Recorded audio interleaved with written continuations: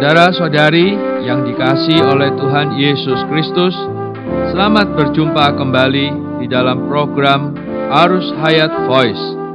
Dan dalam kesempatan ini, saya akan menyampaikan firman Tuhan dengan judul Gambaran Zaman Ini.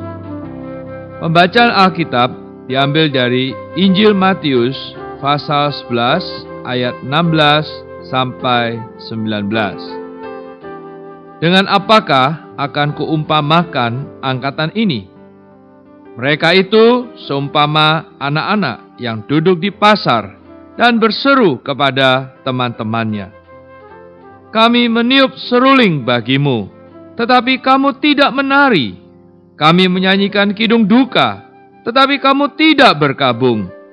Karena Yohanes datang, ia tidak makan dan tidak minum, dan mereka berkata, ia kerasukan setan.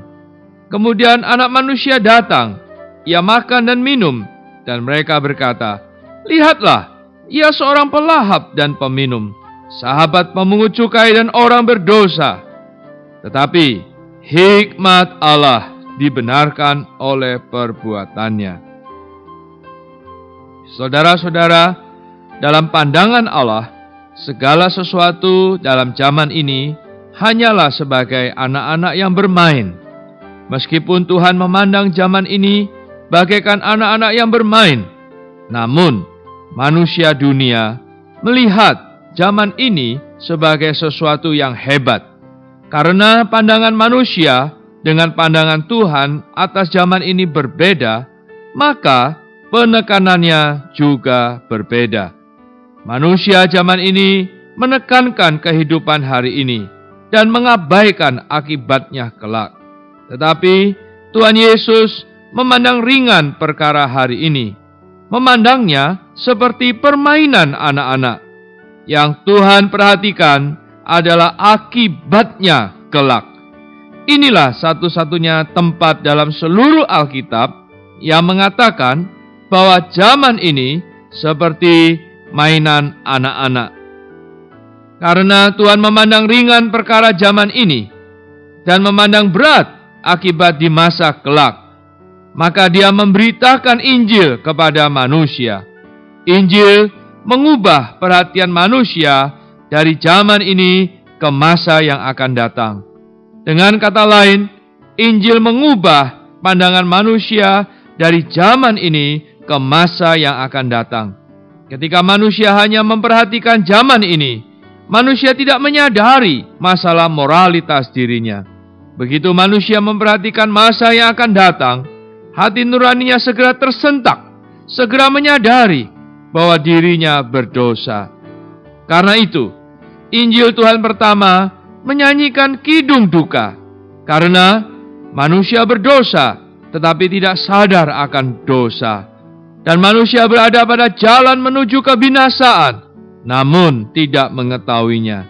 Jadi, Injil Tuhan menyanyikan kidung duka kepada manusia agar manusia menyadarinya dan bertobat. Di aspek negatif, Injil adalah kidung duka agar manusia bertobat. Di aspek positif, itu adalah tiupan seruling yang menyebabkan manusia bersukacita.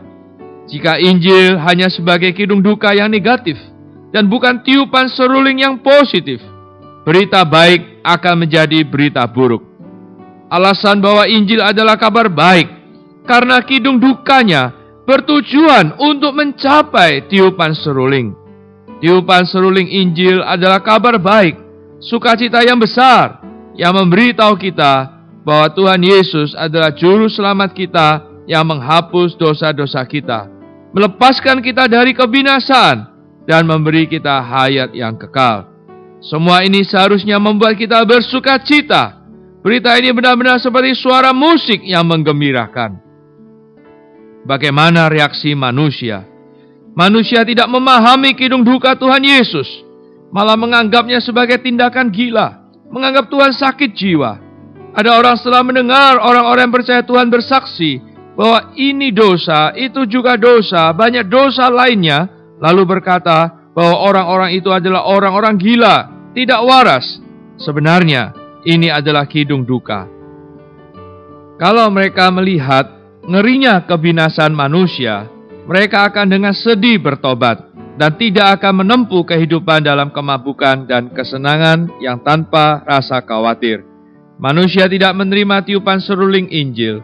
Sebaliknya mereka berpikir bahwa itu menggelikan dan membuang waktu. Tuhan Yesus meniup seruling untuk mereka, namun mereka berkata bahwa Tuhan Yesus adalah seorang pelahap dan peminum. Manusia zaman ini juga mengkritik sukacita kehidupan orang Kristen. Orang Kristen sering berhimpun bersama dan memuji Tuhan. Namun orang-orang zaman ini tidak menerima tiupan seruling orang Kristen. Sebaliknya berkata, mereka hanya memboroskan waktu, tidak mau giat belajar, malah pergi mendengarkan khotbah. Mereka menganggap bahwa bersidang, mendengarkan khotbah, dan berdoa adalah memboroskan waktu. Saudara-saudara, harus ada pilihan yang bijaksana. Harus memandang berat masa kelak, bukan masa kini. Memilih Kristus dan bukan kesenangan dosa. Begitu Injil dinyanyikan sebagai kidung duka, aku seharusnya berkabung. Sebaliknya bila ditiup seruling sukacita, aku seharusnya menari girang. Dengan hati yang sedih dan menyesal, aku bereaksi terhadap kidung duka Injil. Dengan hati yang bersukacita, aku bereaksi terhadap tiupan seruling Injil. Hasil dari pilihan bijaksana, pertama adalah menyesali, kemudian menari. Pertama, hadir kesedihan, tetapi akhirnya adalah sukacita. Mari ikuti saya berdoa. Oh Tuhan Yesus, syukur padamu bahwa pada hari ini aku telah mendengarkan seruling Injil. Aku lebih memilih Dikau daripada kesenangan dosa. Aku bersukacita karena telah mendapatkan Dikau yang adalah pengharapan kekalku. Olehmu aku tidak binasa, melainkan beroleh hidup yang kekal. Di dalam nama Tuhan Yesus, aku telah mengucap syukur. Amin.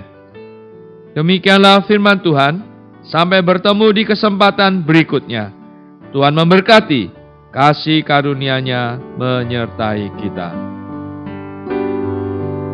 Demikianlah program Renungan Arus Hayat Voice Note pada hari ini. Dan jika Anda tertarik untuk memiliki voice note tersebut beserta seri-seri sebelumnya, Anda dapat mendownload di website kami di www.pemulihan.or.id atau dapat menghubungi kami via BlackBerry dengan nomor PIN 282554-7F yang berpusat di Jakarta dan di nomor PIN 27EB5F7D yang berpusat di Surabaya. Semua respon beserta pertanyaan juga bisa dikirimkan langsung melalui Facebook kami di Arus Hayat Voice atau melalui email di arushayatvoice@gmail.com. Tuhan Yesus memberkati kita semua.